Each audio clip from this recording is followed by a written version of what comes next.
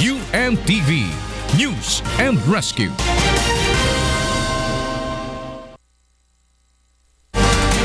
Mga balitang nakalap at ang pag-aksyon ng UNTV News and Rescue sa Pilipinas at saan mang panig ng daigdig. C-News.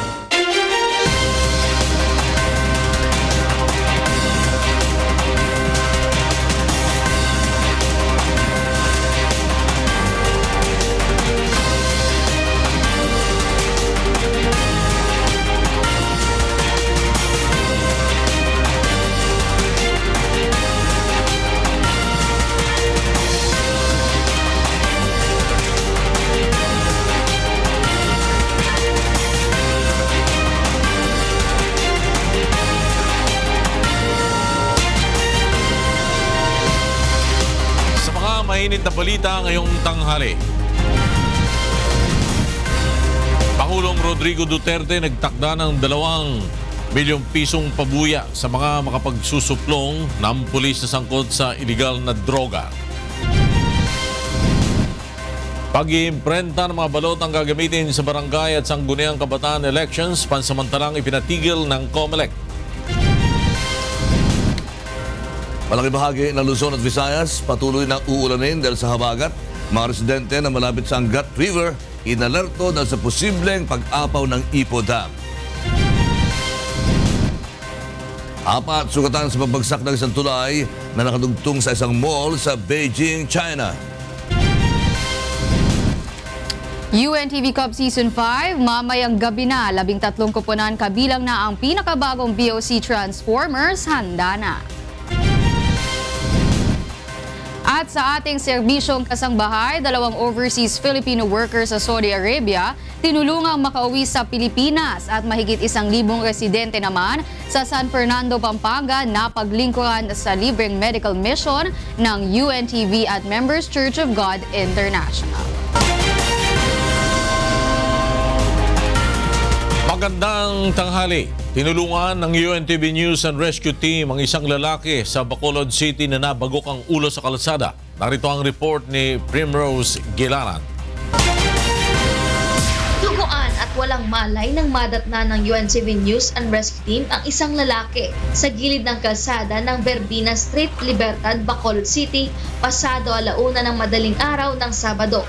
Nakilala ang biktima na si Teddy Perez Berhes Jr., 37 anyos.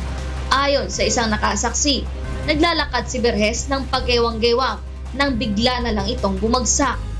Tumama ang ulo nito sa simento at nawalan ng malay. Dagdag pa na nakakita sa biktima, basang-basa ito dahil sa ulan at nangangamoy alak din.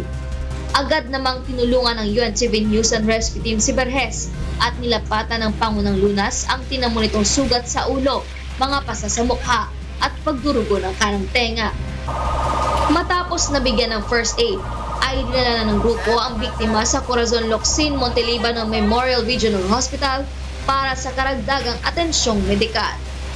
Primrose Gilaran, UNTV News and Rescue, Bacolod City. Magbibigay ng 2 milyong pisong pabuya si Pangulong Rodrigo Duterte sa makapagsusuplong ng pulis na sangkot sa operasyon ng iligal na droga. Mula sa Pasay City, may report si Rosalie Cos live. Yes, Rosalie? Magandang tanghali, Flor. 2 milyong piso ang ipinangakong reward ni Pangulong Rodrigo Duterte sa mga makakapagsuplong ng mga ninja o mga pulis na nagre-recycle ng iligal na droga at sangkot din sa operasyon ng illegal drugs. Pangunahing pinagdilinan ng Pangulo ang mga tauhan ng militar at pulisya sa misyong ito upang tuluyang masugpo ang drug apparatus sa bansa. Ginawa ang pahayag ng pangunahan ni Pangulong Duterte ang pagdiriwang ng National Heroes Day sa libingan ng mga bayani sa Taguig City kaninang umaga.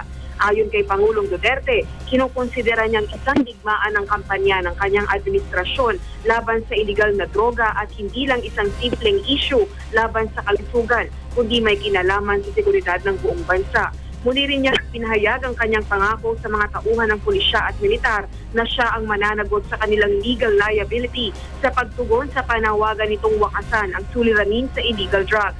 Bukod pa rito, muli niyang ipinangako ang pagpuksa sa katiwalian sa pamahalaan at kriminalidad sa ilalim ng kanyang administrasyon. Pagkatapos ng komemorasyon sa National Heroes Day sa Taguig City, agad namang tumulak patungong Samar at Tacloban City si Pangulong Duterte upang dalawin ng nasugatang pulis at naulila rin ng isang pulis bilang bahagi ng pinaigting na anti-illegal drugs campaign ng Duterte administration. Flor? Rosalie Cos, nagulat mula sa Pasay City.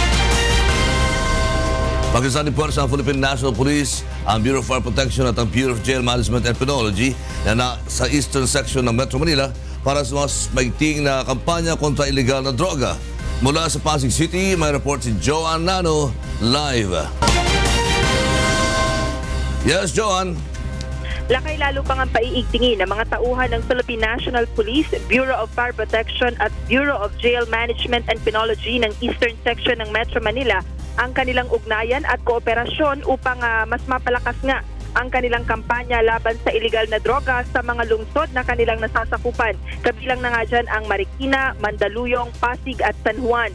Kanina isang Memorandum of Agreement ang nilagdaan ng PNP, BFP at BJMP sa tanggapan ng Eastern Police District kung saan nakasaad dito ang gagawing pagtutulungan ng mga nabanggit na ahensya upang masugpo ang droga sa kanilang lugar. Ito ay sa pamagitan ng palagiang pakikipag-ugnayan o pagre-report sa EPD hinggil sa anumang impormasyon ng illegal drug trade sa mga bilangguan na binabantayan ng BJMP o sa iba't ibang establishmento na ini-inspeksyon naman ng BFP.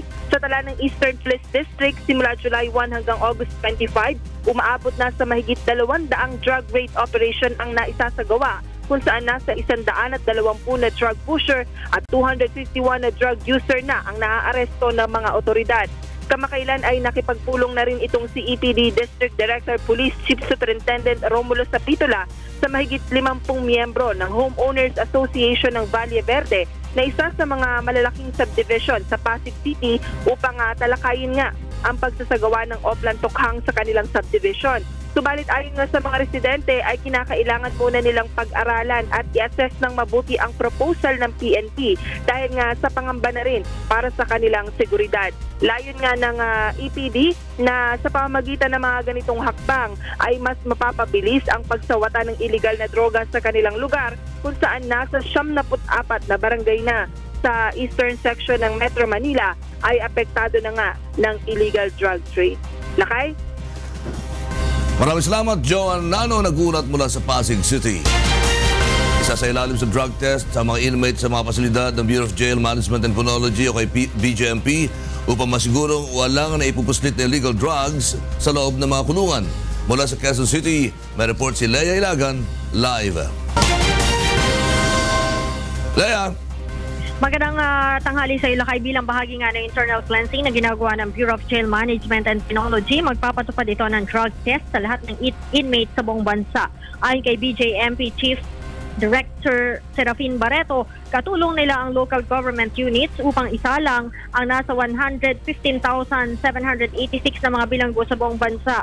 Aniya, kapag may mga bilanggong nagpositibo sa droga, aalisin nila sa pwesto ang mga warden dahil sa kapabayaan ng mga ito. Posible ding masampahan ang mga ito ng kasong administratibo. Bukod dyan ay nagpapatupad na rin ang decongestion ng BJMP sa kanilang mga kulungan, tulad na lamang sa Quezon City Jail na may kapasidad lamang na 870, subalit umabot na ito ngayon sa 3,963. Kaya naman inihinto na nila ang paglalagay ng inmates dito at sa halip ay dinadala na ito sa Quezon City Jail Annex sa Bikutan.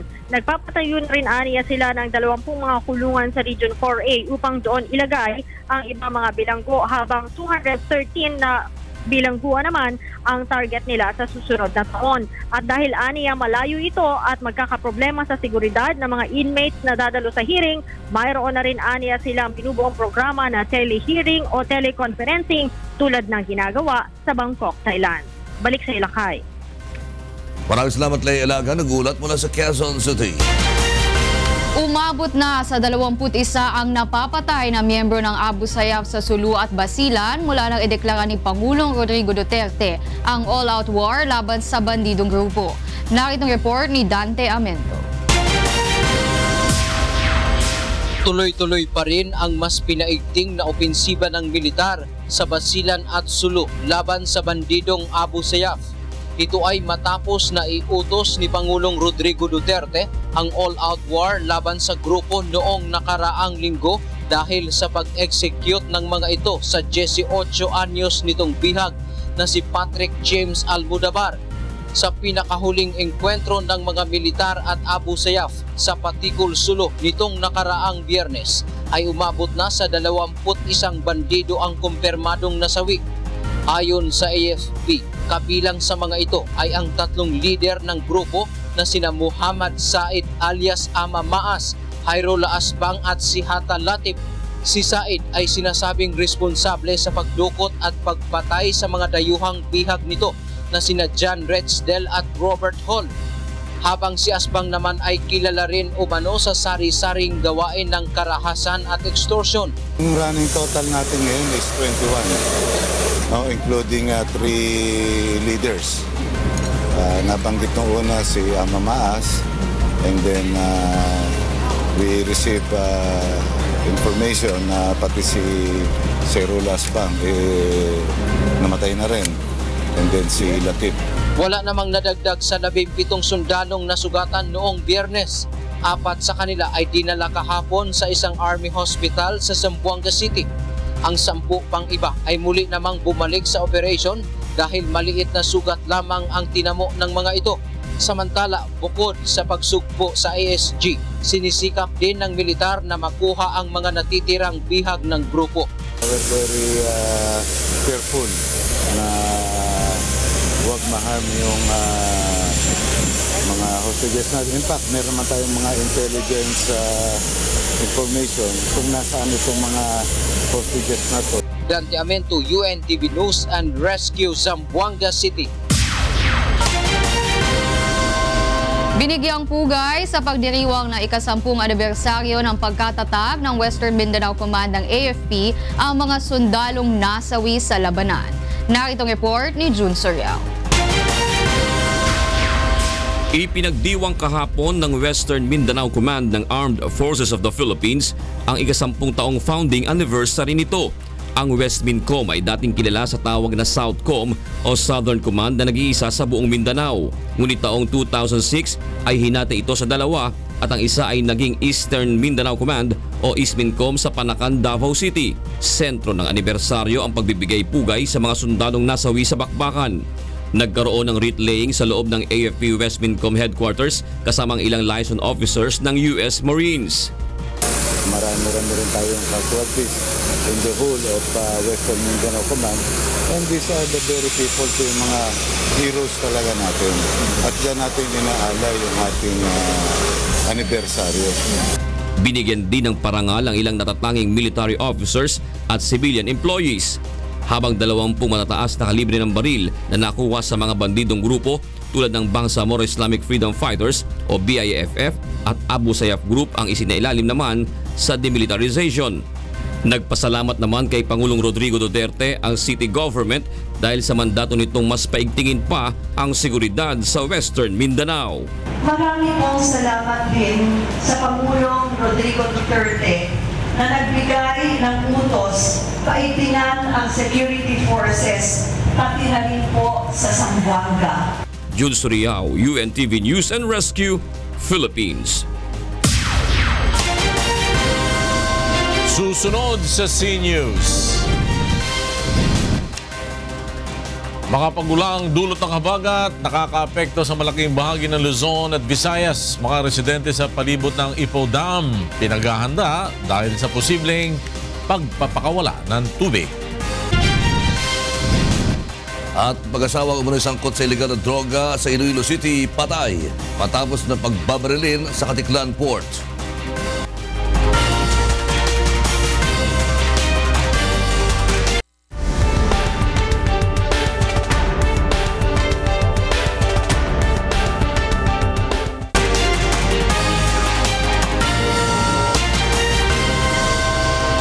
Sa pagpapatuloy ng C-News, samantala pinayuhan ng mga residente sa Bulacan na maghanda at maging mapagbatyag dahil sa posibleng pag-apaw ng Ipoh Dam, bunsod ng walang tigil na pagulan. Mula sa Bulacan, may report si Nestor Torres live. Yes, Nestor. Live. Patuloy na minomonitor ng mga otoridad ang Ipo Dam dahil sa posible nitong pag-apaw bunsod ng patuloy na pag-ulan. Sa inilabas na hydrological dam situationer ng Pag-asa, simula alas 6 ng umaga kanina ay umabot na sa 100.95 meters ang tubig sa dam. Kapag umabot na sa mahigit 101 meters ang taas ng tubig sa dam, ay magpapakawala na ito ng tubig at posibleng tumaas ang Angat River. Dahil dito, binalaan na rin ng Pag-asa ang mga residente na nakatira sa mababang lugar at sa paligid ng ilog na mag-ingat at maghanda sa posibleng pagbaha bunsod ng pagtaas ng tubig sa dam. Kabilang sa mga lugar na maapektuhan ng spilling operation ay ang bayan ng Norsagaray, Angat, San Rafael, Bustos, Baliwag, Pulilan at Agunay sa Bulacan. Nakaantabay naman ang mga rescue team sa mga residenteng posibleng maapektuhan ng pagpapakawala ng tubig ng Ipo Dam. At yan ang ating latest live mula dito sa Bulacan. Balik sa iyo, Flor. Nestor Torres, nagulat mula sa Bulacan. Pansamantalang ipinatigil ng Commission on Elections o COMELEC ang pag-iimprenta ng mga balota na gagamitin sa barangay at sangguniang kabataan election sa Oktubre. At mula sa Maynila, may report si Victor Cosare live. Magandang tanghali sa iyo, Victor. While simula pa noong Biyernes, pansamantalang sinuspende ng Commission on Elections ang pag-iimprenta ng mga balotang gagamitin sa barangay and sangguniang kabataan elections sa October 31. Ayon kay COMELEC Chairman Andres Bautista, dahil tila may consensus na ang Pangulo at Kongreso upang ipagpaliban ang darating na halalan, kaya sila nagdesisyon na itigil muna ang pag-iimprenta ng balota. Matatandaan itong nakaraang linggo, sinabi ng Pangulo na sinusuportahan itong hakbang ng Kongreso na ipagpaliban ng eleksyon dahil sa pangambang magamit ang drug money para pondohan ang mga kandidato. Mula ng simula ng ballot printing noong August 21 hanggang nitong Biyernes, nasa 411,000 na ang naiimprenta ng COMELEC. Ang mga ito ay para sa Agusan del Norte at Agusan del Sur. Nasa 85 million ballots ang kailangan ng COMELEC para sa barangay and SK polls. Umaasa naman si Bautista na mabilis na maipapasa ang batas na magpapaliban ng halalan. Subalit ayon sa Printing Committee Head ng COMELEC, kung walang batas o joint resolution mula sa Kongreso kaugnay sa election postponement, itutuloy nila ang pag-iimprenta ng mga balota sa September 1. Waila? Maraming salamat sa iyo, Victor Cosare mula sa Maynila. Samantala, isinusulong sa Senado ang panukalang batas na mag-aangat sa pagiging profesional ng mga pulis sa bansa. At mula sa Pasay City, may report si Joyce Balancio live. Yes, go ahead, Joyce. Magandang tanghali sa iyo, Waila. Naghain na ng panukalang batas si Senator Panfilo Lacson sa Senado upang isaayos ang sistema ng pagtatalaga ng mga hanay ng pulisya sa mga probinsya. Sa kasalukuyang sistema kasi, ayon kay Senator Lacson, ang mga lokal na politiko at local government units na nagtatalaga ng hepe ng pulisya sa kanilang lugar. Dito anya nagkakaroon ng utang na loob ang mga pulis kaya't hindi anya naiiwasan na nakokompromiso ang kanilang mga responsibilidad, tungkulin at obligasyon.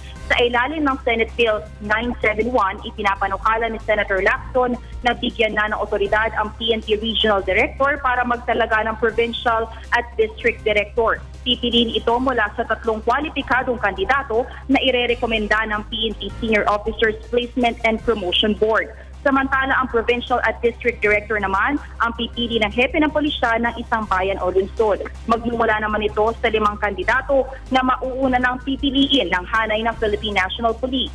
Para naman sa mga hepe ng pulisya sa urbanized cities pati sa District Directors ng Metro Manila, ipinapanukala naman ni Senator Lacson na ang Regional Director pa rin ang pipili dito. Sa mga oras na ito, Waila, ay wala pang reaksyon tayo nakukuha mula kay PNP Chief Ronald de la Rosa ukol sa ipinapanukalang batas ni Senator Panfilo Lacson. Waila? Maraming salamat sa iyo, Joyce Balancio mula sa Pasay City.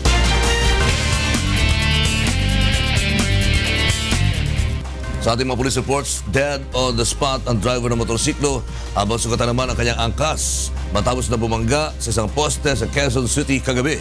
Narito ang report ni Reynante Ponte. Hindi na nakauwi ng buhay ang isang lalaki na hindi pa nakikilala matapos bumangga ang minamanehong motorsiklo sa poste at tumalsik sa kalsada sa Scout Torillo, Barangay Sacred Heart sa Quezon City dakong alas 10 kagabi. Nakalagan pa ang motor sa biktima at duguan ang ulo nito matapos tumama sa semento na hinihina lang agad nitong ikinasawi. Isa pa sa nakita ng otoridad na walang helmet ang mga biktima at walang plate number ang motorsiklo. Naitakbo naman sa ospital ng Department of Public Order and Safety Rescue ang angkas na babae na nagkaroon din ng malubhang pinsala. Ayon sa ilang residente, madalas ang aksidente sa kanilang lugar dahil bukod sa madilim ay madulas din ang kalsada matapos ang malakas na ulan kagabi. Actually, malamang self-accident yan dahil kung may kabanggayan, tiyak na madidinig namin dito. Dahil may mga aksidente rin dito eh. Medyo prone sa accident itong area ito dahil pataas tapos stoplight. Sa inisyal investigasyon ng otoridad, nawala ng kontrol ang sinasakyan ng mga biktima ayon sa skid mark na nakita sa dinadaanan nito sa gilid ng kalsada. Sa ngayon, inaalam na ng mga otoridad ang pagkakakinanlan ng biktima. Reynante Ponte, UNTV News and Rescue, Quezon City. Patay ang umunay mag-asawang drug lord sa Iloilo City matapos na pagbabarilin kanina madaling araw sa Katiklan Port. May report si Lalaine Moreno. Pinagbabaril at napatay ng mga hindi kilalang sospek ang umano'y mag-asawang drug lord sa Katiklan Jetty Port sa Malay Aklan bandang 1:00 ng madaling araw. Kinilala ang mga napatay na si Milvin Udicta at kanyang asawa na si Miriam na nagtamo ng tama ng bala sa iba't ibang parte ng katawan. Ayon kay Aklan Police Provincial Director Police Senior Superintendent John Michel Hamili, walang nakakita sa pamamaril kahit na ang mga gwardya sa pantalan. Madaling araw yon. Tapos sa pagputukan, ma'am, nagpo-overla yung mga security guard daw doon kasi na-interview ko yung isa doon. Sabi niya, hindi namin nakita kasi parang mabilis yung pangyayari. Isinugod pa sa ospital ang mag-asawa ngunit nasawi rin. Dinala sa ospital but upon arrival sa Malay Municipal Hospital, the attending physician declared both of them dead on arrival. Lumabas sa investigasyon ng pulisya na kararating lamang ng mag-asawa nang maganap ang pamamaril. 45 na empty shells yung nakita mo. Sa ngayon, hindi malaman kung kasabay nila sa barko o sa baba lang kasi biglaan lang dumami. Nauna nang sumuko ang mag-asawa kay DILG Secretary Mike Sueno sa Camp Crame at inaasahang papangalanan ang mga government officials na kinabibilangan ng ilang senador, congressmen at local officials na sangkot sa operasyon ng illegal drugs. Kabilang si Udicta sa listahan ng PDEA Region 6 na drug personalities na nag-ooperate sa rehiyon. Nagsasagawa na ng malalimang investigasyon ng pulisya sa pagkamatay ng mag-asawang Udicta. Lalaine Moreno, UNTV News and Rescue, Iloilo. Susunod sa C-News, 4 sugatan sa pagbagsak ng isang tulay na nakadugtong sa isang mall sa Beijing, China. 13 koponan handa na para sa kanilang kampanya sa UNTV Cup Season 5 mamayang gabi. At sa ating serbisyong kasambahay, 2 OFW na nagkaproblema sa trabaho sa Saudi Arabia, tinulungang makauwi sa Pilipinas. At libreng medical mission ng UNTV at MCGI isinagawa sa San Fernando, Pampanga.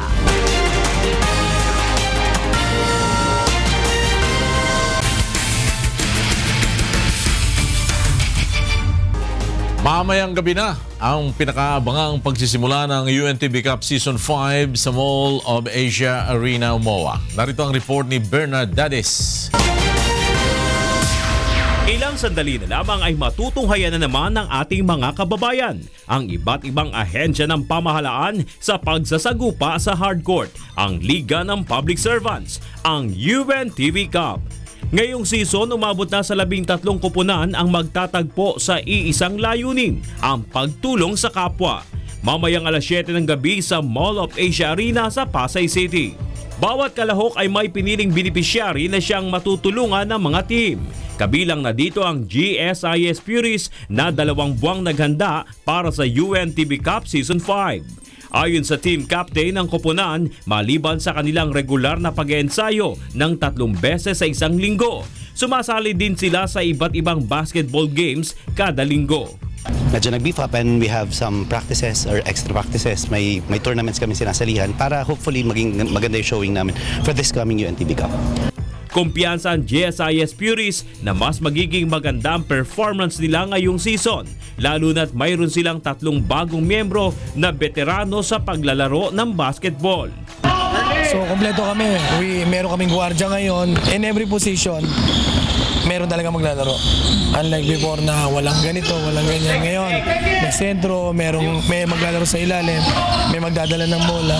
Kompleto sila in every position ngayon. Ayon sa grupo, sisikapin nilang higitan ang nakuhang standing noong nakaraang season na 2 wins, 3 losses at itaas ang bandera ng GSIS bilang isa sa mga malalakas na kupunan ng UNTV Cup. Pag maglaro kami, siguro basta we're gonna compete, lalaban kami talaga ngayon. Unlike before na talagang shaky, ngayon lalaban talaga sila. We are the GSIS Furies. Iniimbitahan po namin kayo sa MOA Arena sa Monday, 7 p.m. para sa UNTV Cup Season 5! Bernard Daddies para sa UNTV Cup Season 5. At sa ating po mga kasangbahay, isasagawa po ang palabunutan doon po sa schedule ng games matapos ang opening ceremonies mamayang gabi. Samantala, ang Bureau of Customs Transformer ang pinakabagong team na nadagdag nakalahok sa UNTV Cup Season 5. Narito ang report ni Victor Cosare. Bagito pero determinado. Bagamat wala pang 1 buwan na nabuo ang koponan, subalit handa nang makipagsabayan sa mga veteranong team ng UNTV Cup ang BOC Transformers ng Bureau of Customs. Ang Transformers ang pinakabagong koponan na nadagdag sa liga. Magsisilbing timon ng team ang playing coach na si Kenneth the Captain Marvel Duremdes. As a former Senate Defender player, playing coach, alam ko kung gaano kabigat yung liga na to, yung tournament na to. As I've been keep saying to my players na hindi to tournament na tournament lang. Malakas ang players, ang team naghahanda talaga dito. Bukod sa mga empleyado mula sa iba't ibang departamento ng kawanihan, sasandalan ng koponan ang mga dating professional basketball stars na sina Marlo Aquino, AJ File at Jerome Ejercito. Leadership, depensa, rebound, saka guidance para doon sa mga kumbaga employee ng Bureau of Customs. Basketball passion ko na eh. Passion nga, lalo na ito mapupunta sa charity, talagang ganado ka dahil marami kang matutulungan na tao. Ayon kay Customs Commissioner Nicanor Faeldon, siya mismo ang pumili ng pangalan ng team dahil isa sa kanilang inspirasyon sa pagsali sa UNTV Cup ang mabago ang imahe ng Bureau of Customs. Para mas maging friendly ang dating namin sa taong bayan, ito ay talagang para ilapit sa taong bayan yung customs. Hindi pwedeng isolated ang customs. Yung tagumpay ng Bureau of Customs ay hindi magagampanan ng Bureau lang mag-isa. Kailangan din namin ng suporta ng taong bayan. At kahit bago sa liga, target ng Transformers na makakuha ng panalo ngayong Season 5. Yung team natin, hindi dahil bago yan, ay hindi natin hinahangad na manalo. There's no timeline to win. Ganun din sa pagbabago ng isang ahensya. Hindi mo kailangan ng 10 taon para baguhin mo yung ahensya. Kailangan mo lang ay yung dedikasyon, yung sincerity para baguhin mo yung isang ahensya. Yun yung Victor Cosare, UNTV News and Rescue, Manila.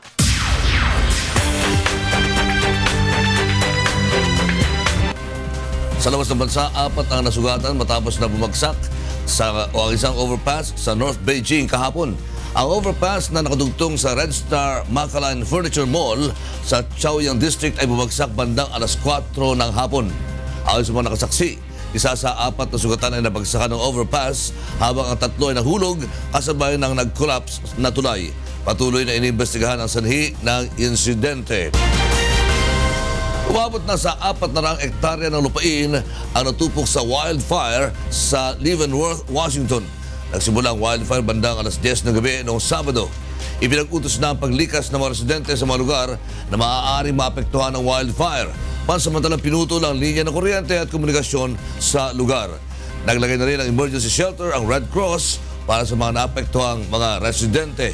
Wala pang iniulat na nasugatan o nasuwi dahil sa naturang sunog.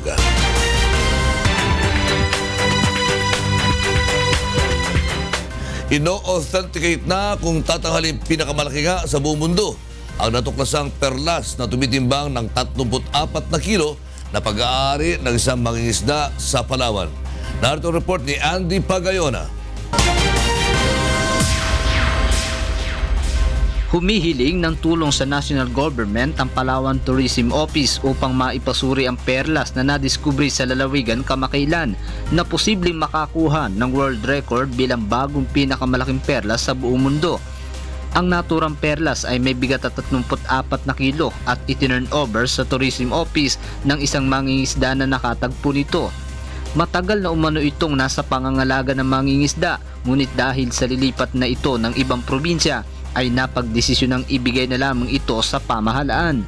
Ayon sa City Tourism Office, nangangailangan sila ng mahabang panahon at malaking halaga para maipasuri ang perlas. So far, wala pa po tayong definite na time kung kailan siya or gaano siya katagal bago ma-certify kasi medyo may kamahalan yung pagpapacertify.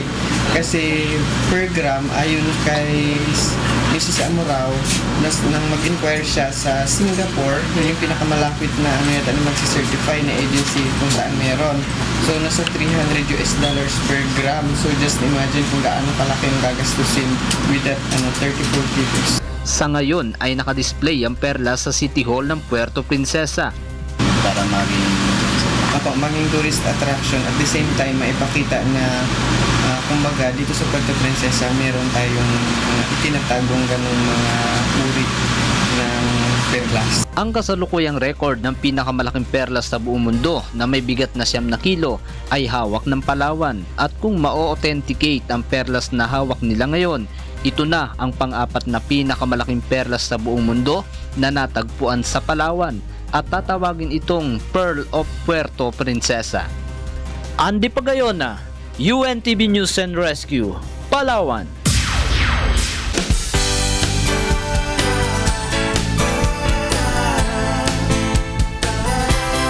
Mahigit 1,000 residente sa isang barangay sa San Fernando, Pampanga ang natulungan sa medical mission ng UNTV at Members Church of God International.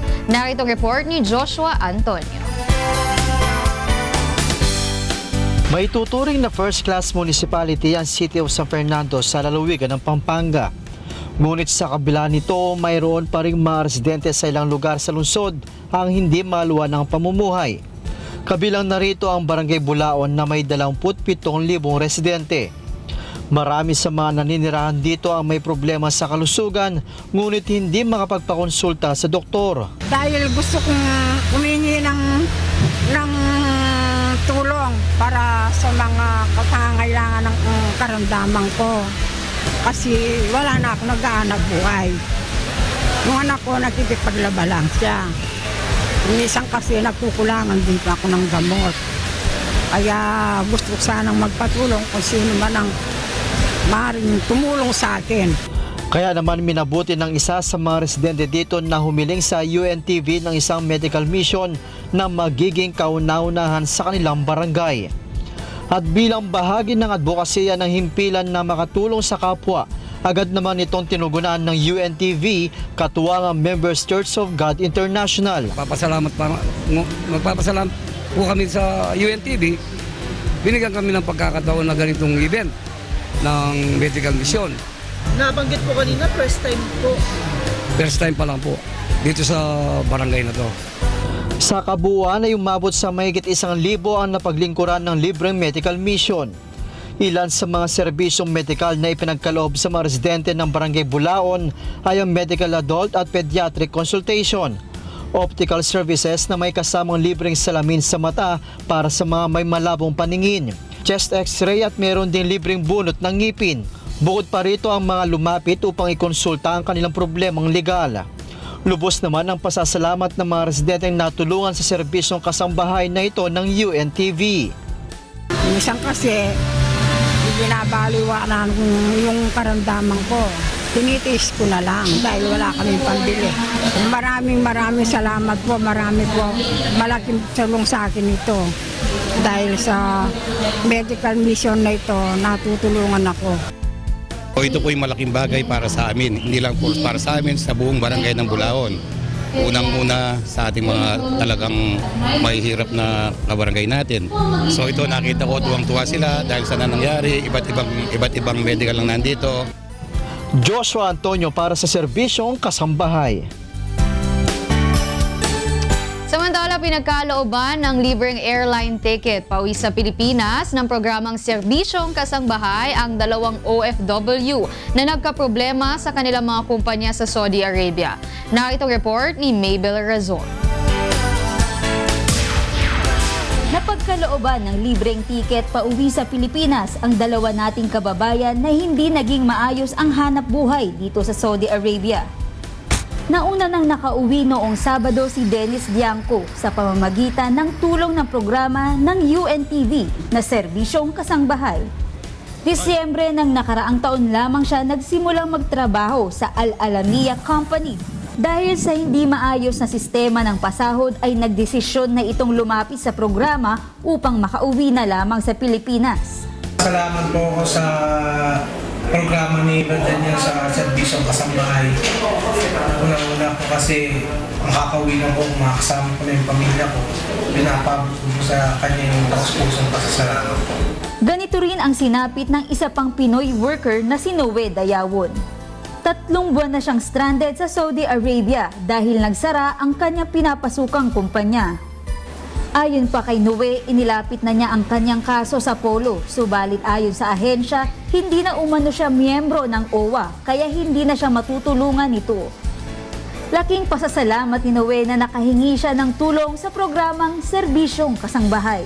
Ako po yung nagpapasalamat at masaya dahil sa programa na Kasambahay at sa UNTV. Ako po ay nakakauwi ng libre. At ito po masaya dahil ilang oras na lang ay makakaalis naman sa Saudi. Ngayong hapon, Lunes ay nakatakdang dumating si Noe sa Pilipinas. Di man naging matagumpay ang kanyang pangingibang bansa, masaya siya na muli niyang makakapiling ang kanyang pamilya. Mabel Razon para sa Serbisyong Kasangbahay. At yan ang mga balitang aming tututukan at inaksyonan. Dahil sa aming pagbabalita, una ang pagkalinga sa kapwa. UNTVC News, may balita saan mang panig ng daigdig. Magandang tanghali.